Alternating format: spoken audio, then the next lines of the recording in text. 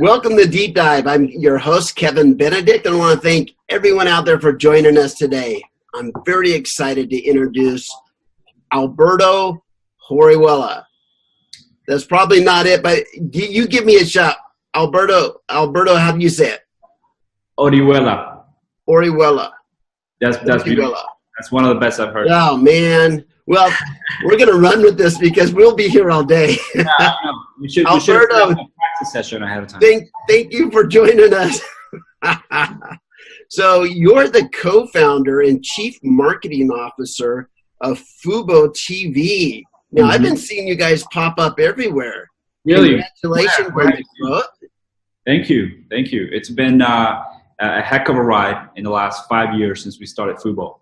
All right. So for those of you that don't know fuboTV, we'll get to that. But before we do, I want to get to know Alberto more. So Alberto, give us a little bit about your background. Tell us about yourself. The meat of Fubo, because that's a really interesting piece. Yeah. But I mean, I guess I can tell you a little bit about myself. I've been in the marketing world for as long as I can remember in a form or another. I think ever since I was in high school. When I built my first company, a big part of the role was marketing it locally. And for some reason, by the time I got to college, I became more focused on finance and I love economics. So I ended up working as an economist at a bank here in New York for some time. And believe it or not, that kind of really gave me insights into a different aspect of marketing from a more kind of quantitative point of view, which kind of led nicely to when I came back into really doing hardcore marketing, which is what I love. To be able to take both the creative elements of being a great marketer and how do you position things in a certain way that resonates, combined with the data that shows whether analytically certain things are performing or not. So anyways, long story short, I worked as an economist for a number of years, and then I was recruited by my current co-founder, actually, Sung, into joining a different startup at the time. So I went from doing banking, economics to a startup. And then from there, we left the startup and started Fubo. And here we are 5 years later. It's been a heck of a ride. And as you can see from behind me, there is a team of marketers. This is the marketing floor that are working away on the different interesting stuff that they're doing. All right. And you're in New York City, right? That's right.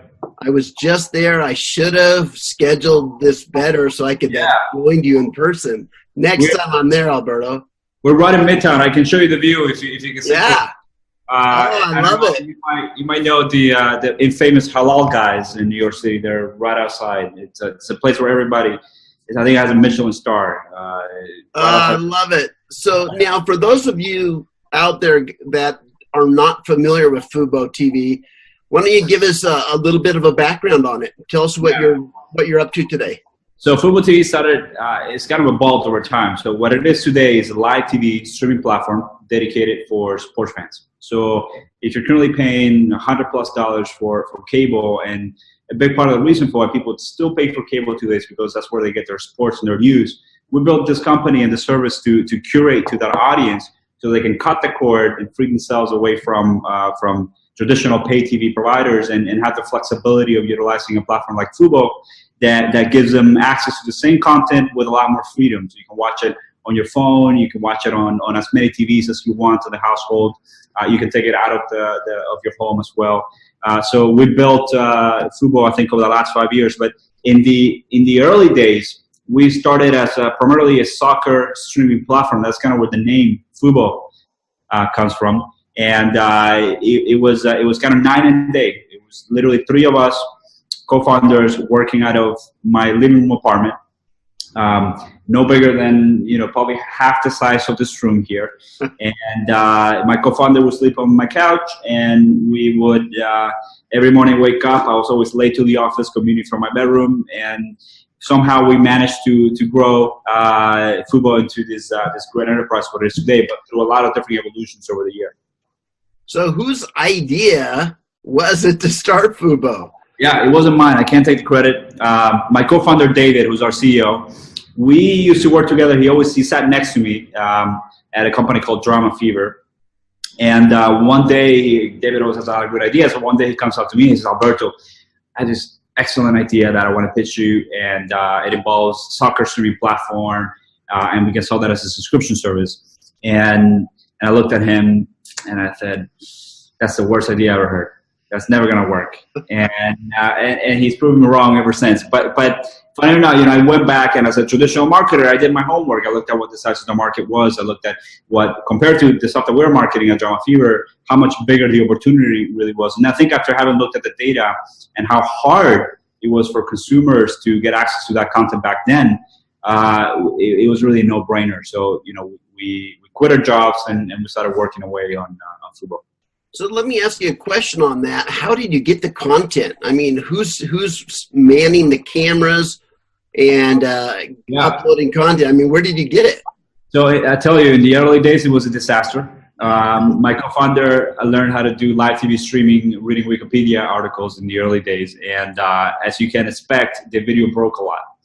But our customers were very forgiving back then because we were providing a service that was unique. We were supporting their teams. But over the years, so to answer your question, initially we will license content directly from teams. We go or networks that help rights to certain types of programming.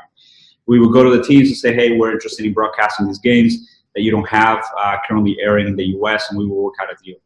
Over the years, in order to really broaden from sports, we started working with TV networks. So today, some of our biggest partners are Fox, NBC, CBS, Scripps, and it's through those relationships that we're able to provide the service that we are currently providing today. Oh, that's just fascinating. So what kind of technology? I mean, the technology must have evolved right along with you guys, right? I mean, where do you start from your living room? You must have that, like, you keep all the data in the cloud or something. Give us, I don't need any trade secrets here, but give us a vision of what it looks like behind the scenes.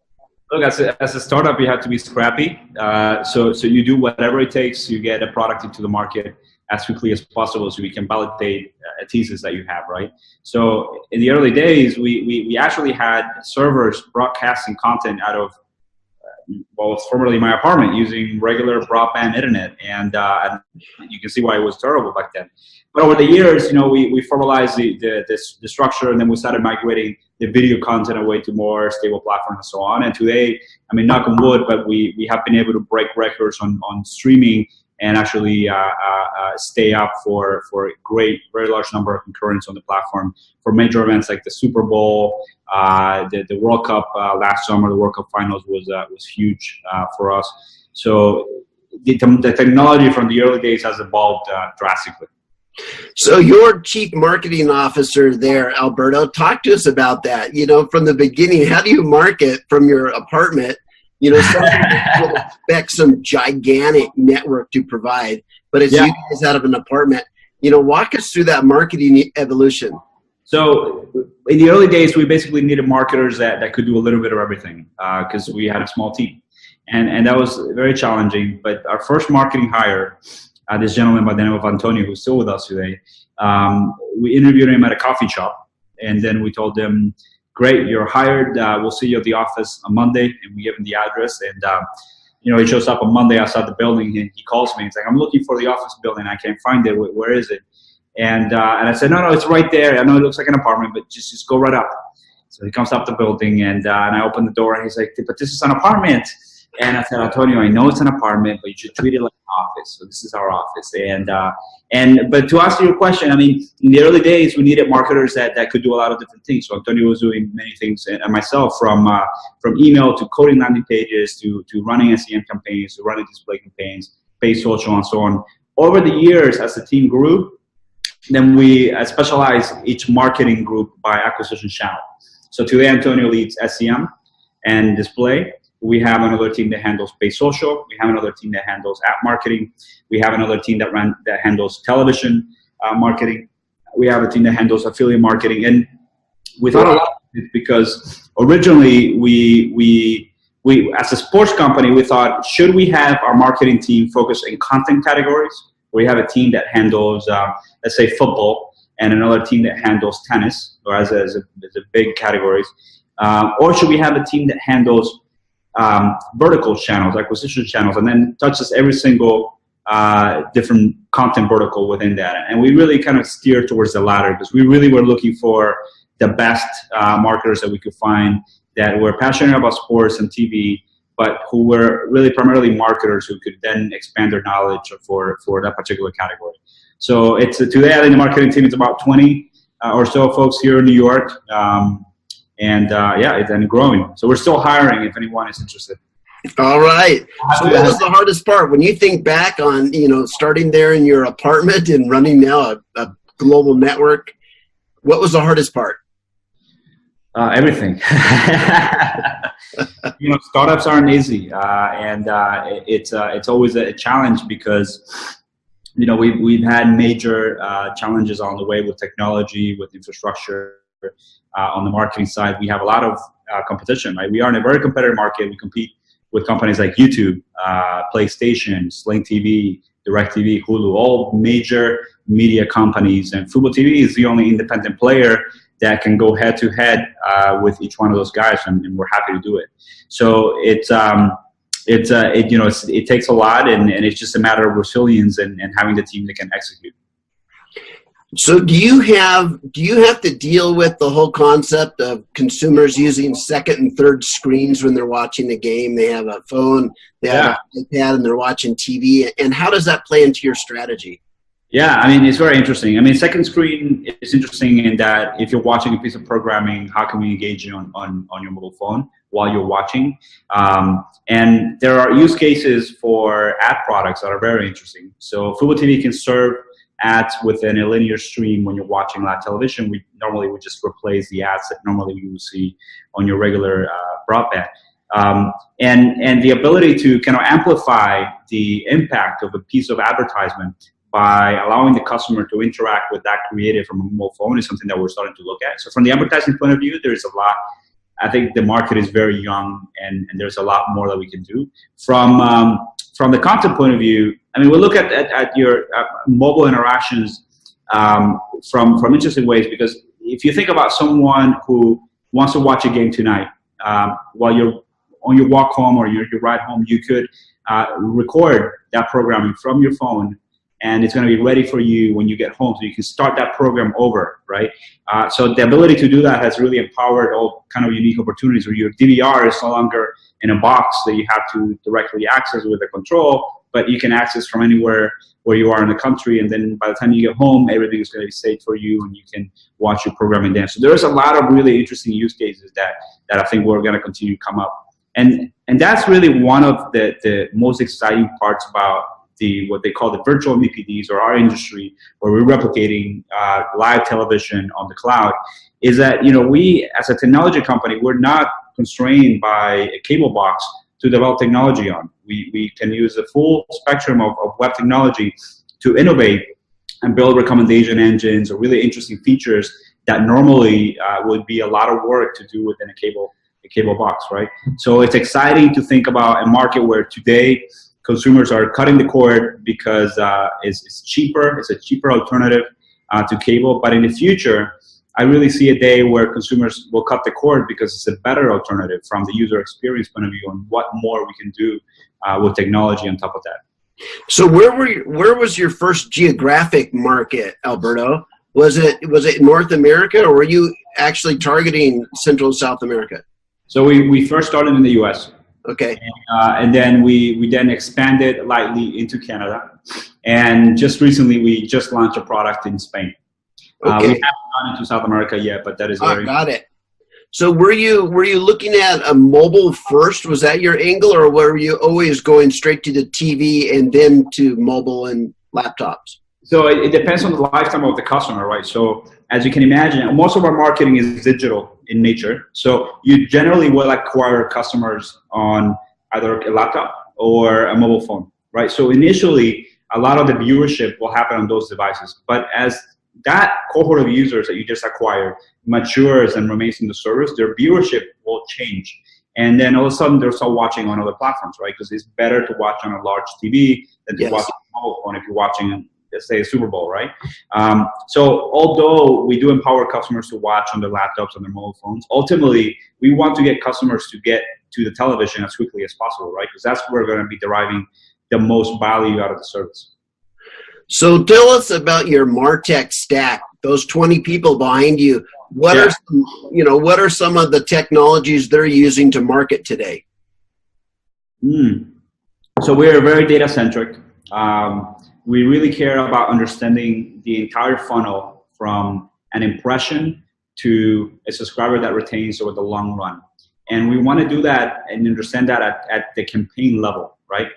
So as opposed to just saying, okay, folks that came via search engine marketing or display, how do they perform? We want to be even more granular and say, folks that came in through SEM that signed up for a soccer match, what was their behavior through their entire lifetime in the product relative to someone that came for, say, hockey, right? So on the back end, we're essentially tagging users and identifying based on their acquisition channel. And then we looked at the funnel and understand where the biggest drop-off and the biggest opportunities for improvement are, right? So we have a 7-day free trial service. You come to the platform, you try the product for 7 days. After those 7 days, you roll into a paid subscription. And then month 1 to month 2 is a critical point because it really determines how much value users derive. And because we're month to month, you can cancel at any given point. We don't lock you in on annual deals or anything like that. And then you just look at the retention curve of the user. So on the back end, we use a company called Amplitude that is super interesting for analytics and allows us to warehouse all this data that we're collecting with consumer interactions and understand where some of our bigger opportunities are at the campaign level. And that gives us a comfort in saying, okay, so if we can understand that there's different behavior types, but different types of campaigns, then we should be comfortable to spend a higher acquisition cost in certain campaigns relative to others. Because at the end of the day, not all impressions are equal. Not all free trials are equals. So we had to discriminate and see where the biggest opportunities are. Oh, man, data's changed everything. So when you weigh renewing subscriptions or continuing to keep a person and preventing them from canceling to new acquisitions, how much of your effort goes into each of those? Yeah, we've done a lot of research into this. So there is a hard dollar value on acquiring a subscriber that we know, right? And it gets better over time, but we know what that is. So if I could tell you that a subscriber that we save from churning will exhibit the same retention behavior as a new subscriber that we acquire in the funnel, let's say theoretically, then I should be willing to pay at least as much to save a subscriber than I would to acquire one, right? Oh, fascinating. And the truth of it is that the retention curve of a subscriber that you save is not necessarily the same of a new subscriber that you acquire, right? And that's where kind of you find the wiggle room and saying, boy, if let's say theoretically the retention is worse for a saved subscriber, then we would probably be more conservative in how many dollars or what kind of offer we give a subscriber that is churning versus a subscriber that is coming back. So we look at it through those lenses. And then there are other degrees of complexity that come into the picture because we generate revenue not just from your basic subscription, but if you watch a lot of content, we generate ad revenue. If you find premium products like Showtime or HBO, you might also generate incremental revenue. So those things come into consideration when we look at it as well. Oh, that's fascinating. So MarTech, so I imagine you're selling ad space too, so then you have a whole ad tech strategy as well, I imagine. Yeah, so we have a small but lean team that works on our ad tech business. And indeed, I mean, we essentially do dynamic ad insertion in a linear stream, so it's seamless to the user. You're watching a regular channel, TV channel, and when the ad break comes up, fuboTV is able to come in and insert an ad on behalf of our advertisers. What's interesting is that what more can we do? Because that has been done. TV ads have existed for so long, and what else can we do now that we are allowing customers to watch these ads on connected devices like a Roku or Fire TV and the others? What kind of interactions can customers have with an ad piece to empower the advertisers to generate greater ROI, and also allow the customer to have access to the information that might be relevant to them faster, right?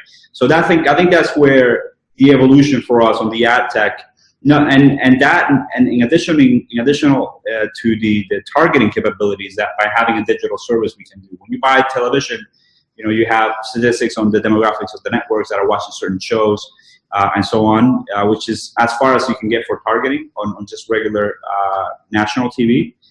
But when you're buying on connected devices, there's a lot more segmentation and targeting that you can do that becomes really interesting for advertisers. Oh man, and that could get complicated fast. I imagine you must have some tools that automate some of that, or are you still just going through spreadsheets with your eyeballs? Yeah, so this is outside of my league. This is a separate team that handles this division, but no, indeed, we have built some tools in-house to really help us kind of segment and utilize the data that we have from customers, whether it be viewership or third-party data that we have from customers to allow our advertisers to have more targeted campaigns. That's fascinating. Huh? That's fascinating. It's really man, I never even, every time I talk to somebody in a new industry, I learn so much that I just had never pulled the curtains back to understand. So where do you see the market going from here? If you were to project over the next 5 years, how do you see it evolving? Yeah, I mean, it's what we were talking about early in terms that I think consumers are going to be able to derive so much more value from services like ours over time as the technology becomes stronger and more personalized. I mean, think about the sort of scenario where, I don't know if you have TV, but think about the sort of scenario where you turn on your TV and I know exactly what Kevin likes, because he's been watching TV for the last 12 months on Fubo.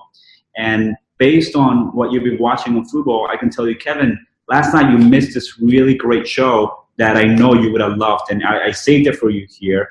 And on top of that, here's another event that is about to start in 7 minutes, and you can't miss it. Or you know what, a game is, and I know that you generally don't like to watch games when they're boring, and now there's one that is becoming interesting. Hey, Kevin, this game is getting heated right now. You don't want to miss it. So for us to be able to personalize television to your individual viewing behavior is, I think, where the next phase of this industry goes, right? It's a whole new type of TV. Yeah, because my behaviors looking at the screen and what I'm doing on my phone. And if I'm doing, if I'm moving off the app on my phone and I'm not watching TV, all that is really interesting. So have a dynamic, interactive, kind of intelligent experience behind the scenes, feeding me exactly what I want. Well, wow, you're going to have a lot of power, so take care of that. Yeah, the data is going to be super interesting, and that's the dream, is that there is so much information that we can leverage to create this ideal state experience for TV viewing that's the one really exciting thing about our industry. And there's a lot of cool stuff happening in the marketing world, but as a product organization, as a tech organization, that stuff really gets me excited. So Alberto, talk to us in the kind of the final question here. Tell us about, so you started out of your apartment. Where is fuboTV today, and where do you expect it to be here in 2019? Yeah, so I mean, another great initiative that we're working on is expanding internationally. So I mentioned Spain earlier is another market that we are making inroads into. So we learned a ton from building this business in the US. And when you look at some other countries, you're starting to see very similar situations from how the market is behaving relative to the US, where maybe 5 or 6 years ago, right? So I think that there's a lot of work that we can do abroad, and some of the dynamics will change. Some countries, we might be more of a entertainment-oriented platform, or in some others, we might actually really go hardcore after sports. So that piece is super exciting for us. We're going to be broadcasting Game of Thrones in Spain, and that gets me super pumped as a marketer, because the ability to market Game of Thrones with, by the way, the single most affordable service to watch the content in that country, it's super awesome. So we're looking forward to that and see what else will turn out. Well, Alberto, I want to thank you so much for joining us today, for sharing your ideas and the evolution of your ideas with us. It's phenomenal. So I wish you the best of luck. Thank you. Thank you so much. Thanks for having me. Yes, I want to thank everyone that joined us today for tuning in.